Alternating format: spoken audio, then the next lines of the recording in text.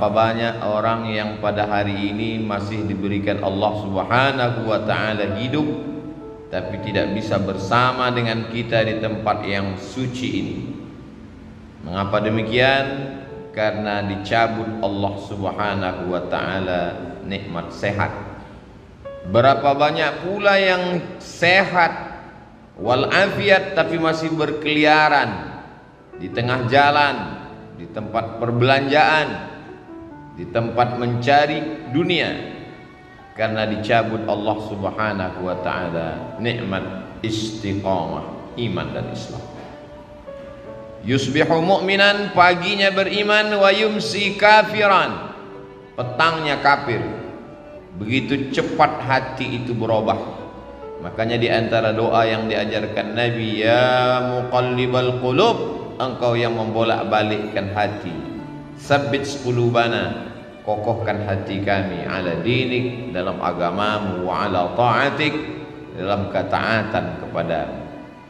Wahai Mu'adz bin Jabal, nanti engkau akan bertugas ke Yaman, mengumpulkan zakat dan berdakwah, engkau akan sibuk. Maka baca doa ini supaya hatimu istiqamah. Allahumma a'inni, tolong aku ya Allah, ala dzikrika, supaya hatiku selalu berzikir mengingatmu, wa syukrika, selalu bersyukur kepadamu, wa husni ibadatik, selalu beribadah dengan ibadah yang terbaik. Hidup ini singkat, tapi resiko yang akan diterima di alam barzakh begitu lama, dan yang lebih lama lagi adalah ketika nanti akan berhadapan dengan Allah Subhanahu wa ta'ala. Faman kana yarju liqa'a rabbih, siapa yang yakin bahwa dia akan berjumpa dengan Allah Subhanahu wa ta'ala, falyamal 'amalan salihah, maka di antara bekal hanya amal saleh. Tapi amal soleh itu pun akan hilang seperti debu dihembus angin. Wala yusyrik bi'ibadati rabbih ahada, jangan pernah mempersekutukan Allah Subhanahu wa ta'ala. Lain asyrakta, kalau kau persekutukan Allah, la yahbatanna amaluka, maka semua amalmu gugur. Seperti pohon kayu yang daunnya rindang, dihembus angin puting beliung, lalu kemudian gugur daun-daunnya, yang tinggal hanya batang kayu dan ranting-ranting hampa. Begitulah ketika amal yang banyak tapi kemudian tidak bertauhid kepada Allah. Maka di antara doa yang diajarkan Nabi sallallahu alaihi wasallam, mengucapkan la ilaha illallah Muhammadur Rasulullah sallallahu alaihi wasallam pada saat malaikat maut mencabut nyawa. Kalimatu haqqin 'alaiha nahya, dengan itu kita hidup, wa 'alaiha namutu, dengan itu kita mati, wa biha nub'atsu, dengan itu kita akan dibangkitkan di padang mahsyar menghadap Allah Subhanahu wa ta'ala. Kalau sampai hari ini ada orang hidup nikmat, tapi hidup itu bisa menjadi laknat. Kalau sampai detik ini masih sehat, nikmat, tapi sehat akan diminta tanggung jawab, dia bisa menjadi laknat. Yang menjadi rahmat adalah ketika mulut masih mengucapkan alhamdulillah wa syukrulillah wala haula wala quwwata illa billah. Faqsusil qasasa, ceritakan kisah nabi-nabi itu, la'allakum yatafakkarun, supaya manusia berpikir bagaimana kematian anak amat sangat menyakitkan bagi Nabi Ayyub alaihi salam. Tanamannya kering kerontang, ternak-ternaknya mati, anak meninggal dunia. Tidak cukup dengan itu, datang penyakit kulit yang tidak berkesudahan. Apakah Nabi Ayyub mengeluh? Tidak. Istrinya Rahmah yang tidak tahan dengan penderitaan itu. Berdoalah Ayyub supaya Allah menyembuhkan. Nabi Ayyub tidak ada menyebutkan sakit dalam doanya. Dia tidak ada minta sembuh, dia hanya berkata, Rabbi anni massaniyad-dur, ya Allah aku kena musibah, wa anta arhamur rahimin, engkau maha kasih di antara yang pengasih, engkau maha sayang di antara yang penyayang. Dia tidak ada menyebut sembuhkan aku sudah sakit, aku seorang nabi, anakku meninggal, ternakku mati, tanamanku kering. Dia tidak ada menyebut. Dia malu berkeluh kesah kepada Allah Subhanahu wa taala. Orang yang sudah jatuh cinta kepada Allah, maka semua yang dilakukan Allah itu indah. Walaupun ternaknya mati, Allah tetap indah. Walaupun kebunnya kering, Allah tetap indah. Walaupun anaknya meninggal, Allah tetap indah. Walaupun anak-anaknya meninggal dunia, Allah tetap indah. Tapi tak semua orang yang berada di sekeliling kita melihat Allah indah ketika yang diberikan Allah tak sesuai dengan keinginannya. Ketika dia ingin punya anak, ternyata anak tidak kunjung tiba, dia katakan Allah tidak indah. Ketika dia ingin ternaknya beranak pinak subur, ketika yang datang adalah penyakit kematian, dia katakan Allah tidak indah. Padahal Allah itu innallaha jamilun, Allah maha indah, yuhibbul jamal, Allah suka kepada keindahan. Tapi seringkali kita mengatakan indah menurut hawa nafsu kita. Kalau tidak sesuai dengan yang kita inginkan, kita katakan tidak indah. Allah kalau sudah memasukkan cinta ke dalam hati seorang hamba, maka apapun yang diberikan Allah indah. Masuk di dalam perut ikan di tengah malam, gelap lautan, 3 kegelapan, gelap malam, gelap lautan, gelap perut ikan, tidak indah. Tapi yang keluar dari mulut Nabi Yunus bukanlah sumpah serapah caci maki. Yang keluar dari mulutnya kata-kata yang indah. La ilaha illa anta subhanaka inni kuntu minadh dhalimin.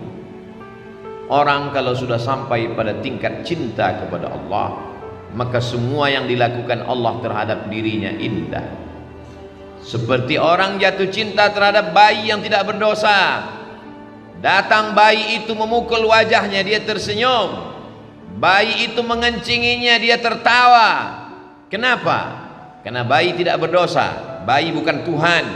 Bayi hanyalah hamba Allah, belum ada dosa pada dirinya. Semua yang dilakukan bayi itu indah. Kenapa? Karena orang tua sudah jatuh cinta kepada bayi. Bagaimana ketika Qais yang jatuh cinta kepada Laila, bersemayam cinta itu di dalam hatinya, maka semua pada diri Laila dia lihat indah. Syair-syair itu selalu dijadikan ulama sebagai dalil pembuktian bahwa kalau cinta manusia begitu indah, apalagi cinta Allah yang menciptakan manusia. Orang yang belum sampai kepada level cinta itu berkata dia gila, padahal sebetulnya adalah dia sedang tergila-gila dengan Allah Subhanahu wa taala. Janna jununuhu, tertutup akalnya. Orang menyangka dia sedang terpukau, padahal sebenarnya hatinya sedang jatuh cinta kepada Allah Subhanahu wa taala. Siapa yang cinta pertama kali? Allah. Yuhibbuhum, Allah mencintai mereka. Wa yuhibbuna, mereka membalas cinta Allah Subhanahu wa ta'ala. Ya bunayya, wahai anakku, inni ara fil manam, aku lihat dalam mimpiku, anni azbahuka, aku menyembelih lehermu. Fanzur madza tara, apa pendapatmu? Apa jawab anak yang juga cinta kepada Allah? Ya abati, wahai ayahku, if'al ma tu'mar, laksanakan apa yang diperintahkan Allah. Satajuduni insyaallah minas sabirin, insyaallah aku sabar menerima apa yang diberikan Allah Subhanahu wa ta'ala. Kalau sesuai keinginan kita dengan yang diinginkan Allah, maka bersyukurlah. Kalau tidak sesuai yang diharapkan dengan apa yang diberikan Allah, maka bersabarlah. Ajaban li amril mu'min, orang yang percaya kepada Allah itu mengagumkan. In asabathu dharra, in asabathu sarra, kalau yang datang itu menyenangkan hatinya, syakar, dia bersyukur, kana khairal lahu, itu baik baginya. In asabathu dharra, kalau yang datang itu tidak menyenangkan hatinya, tak sesuai dengan yang diinginkannya, sabar, dia tetap bersabar. Kana khairan lahu, itu pun baik baginya. Orang yang bersyukur diberikan Allah, la in syakartum la azidannakum. Orang yang bersabar diberikan Allah, innama yuwaffas sabiruna ajrahum bighairi hisab.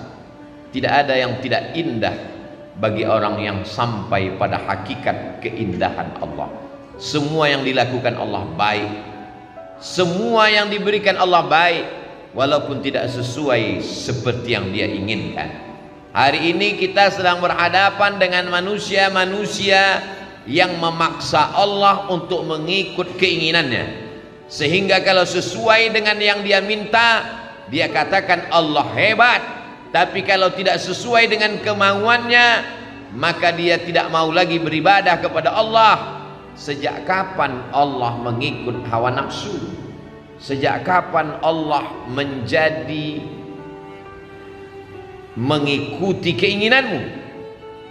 Kita di hadapan Allah seperti mayat yang sedang dimandikan orang.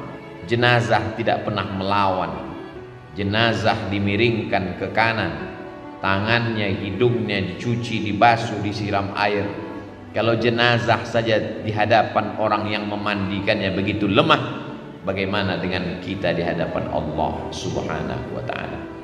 Hakikat manusia adalah lemah. Hakikat makhluk adalah makhluk. Dia tidak pernah menjadi khalik. Kalau kita paham hakikat ini, kita akan dapat tersenyum atas semua pemberian Allah Subhanahu wa ta'ala, walaupun sesuai dengan yang kita inginkan ataupun tidak kita inginkan. Allah ceritakan nabi-nabi itu dalam Al-Quran, la'allakum yatafakkarun, supaya kita berpikir. Kurang hebat apa lagi Nabi Nuh alaihi salam, tapi ketika tak sesuai dengan yang Allah berikan.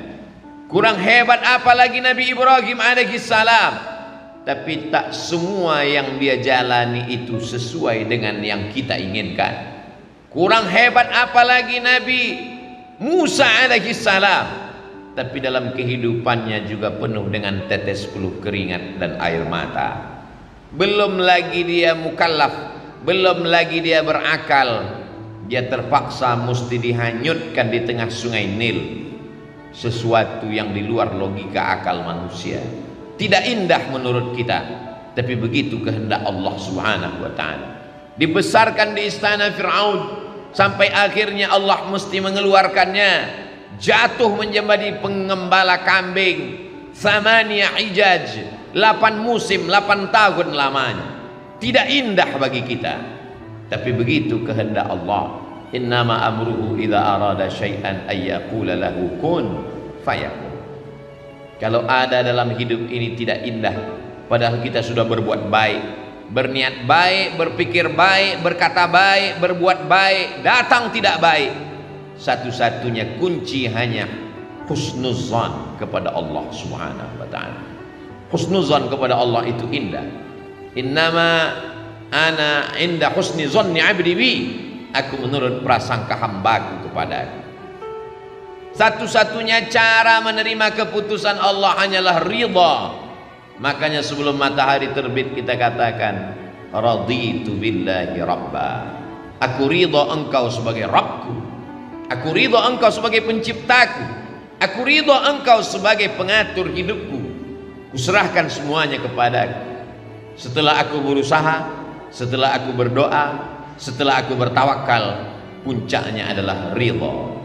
Hanya orang-orang yang ridha kepada Allah yang diundang menemui Allah. Ya ayyatuhan nafsul mutmainnah, wahai jiwa yang tenang. Mengapa jiwa itu tenang? Karena dia sudah ridha sampai kepada level maqam tertinggi, maqam ridha. Irji'i ila rabbiki, kembalilah engkau menghadap Allah, radiyatan mardiyah. Engkau ridha dan Allah pun ridha kepada. Setelah ridha, fadkhuli fi ibadi, masuklah bersama hamba-hambaku yang ridha. Wadkhuli jannati, masuklah ke dalam surgaku. Karena hanya orang-orang yang ridha kepadaku lah yang masuk ke dalam surgaku. tapi hati kita belum tentu ridha terhadap semua keputusan Allah. Hati itu keras, hati itu melawan, hati itu berontak. Aku sudah sholat, aku sudah puasa, aku sudah berzikir, aku sudah sedekah, sudah bangun masjid, kenapa tidak sesuai seperti yang kuinginkan? Ada satu yang belum.